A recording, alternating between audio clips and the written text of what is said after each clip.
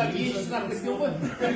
Soğan nasıl bak sen balamın жағдай қалай, келinin жағдай қалай білейін деп başından kepti ең жасып Есікті ашып қалса келін ашты да, ой мамам келді деп екі бетінен сүйіп енесін қарсы алыпты да, байқамай сұрақ қойған ғой, қанша күнге келдіңіз деп.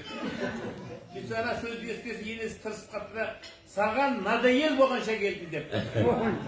Десе келін айтады дейді, шай ішпей кетесіз ба деп.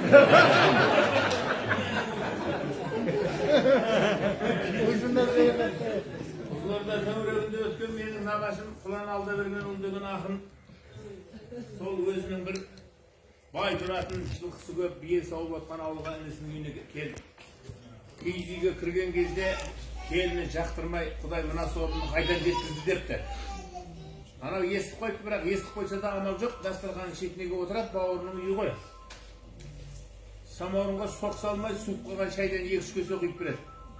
Ашуланып орнынан тұрып, кете берген кезде босағада толып тұрған сабада қымызды көріп, мына сусын бар екен ғой келін, осыдан берсейші деп далаға шығып тұрады.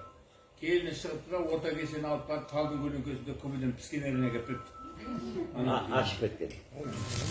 Сосын ашуланады тағыны артына мініп жүре бергенде жаңа інісі кеп қалады, қасында 5-6 уәкілі бар, сол ауылдың биі анау. Өй, мен бауымды қапты, қатын қазан көтер депті.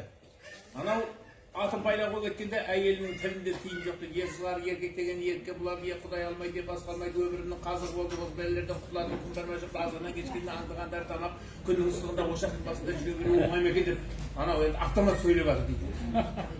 Оны ана күйеуі білмейді, қайтып келсе анау аттан түспеген. Ей, неге түспейсің аттан?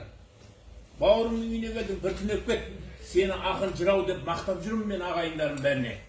Бір шумақ өлеңді айтып кет дегенде ашуланып тұрған ақын былай бастаған екен. Сөзімді тыңда енді бейнарынбай, жігітке дәулет бітсе көңілі жай, өліп кетсем сүйегіммен бірге кетіп, суып қалған келін берген 3 кесе шай деп. Күйеуінің мәртебесін ойламаған тексізді көргенім жоқ бұрын мұндай, қатының көргендінің қызы болса тұрмас беді айтқаныңды екі қылмайды. Көңіліңде өлең тыңдар күйің болса, үйіңе бір түнердей сүйің болса, бауырларың ешқашанда алыстамайды қатыныңның тілінде тыйым болса. Әуелі осы сөзім қайдан шықты? Қансыз бесін ішкен шайдан шықты. Сабаңда толып тұрған қымызын тұрып, көңілінен 3 күн тұрған айран шықты. Маңдайы ашылмаған сорыныма, Құдай-ау, бұндай қатын қайдан шықты? Осындай жүгіріп жүрген нас қатыннан ғалымдар артық деп жүр сұрған шықты. Сөйтсе ана келін орнынан шықты, мынау мен айтып жатыр ғой. Ей, сүңірек көз, орақ мұрын қотыр келін, шошаңдап тұра бермей отыр келін. Көзімше аяғыңды тыртырғас қотыр болып жүрмеді бұсын келін деп. Мен білем, әкесі бұл келіннің кекілдеген, белбеуі өмірінше бекілмеген, көргенсіз адам тұғын әкесі де есігін жауып қойып етін жеген.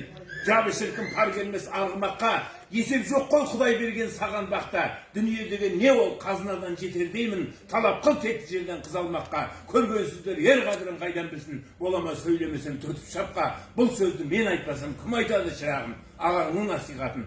Ал құлаққа деп адына қамшылап.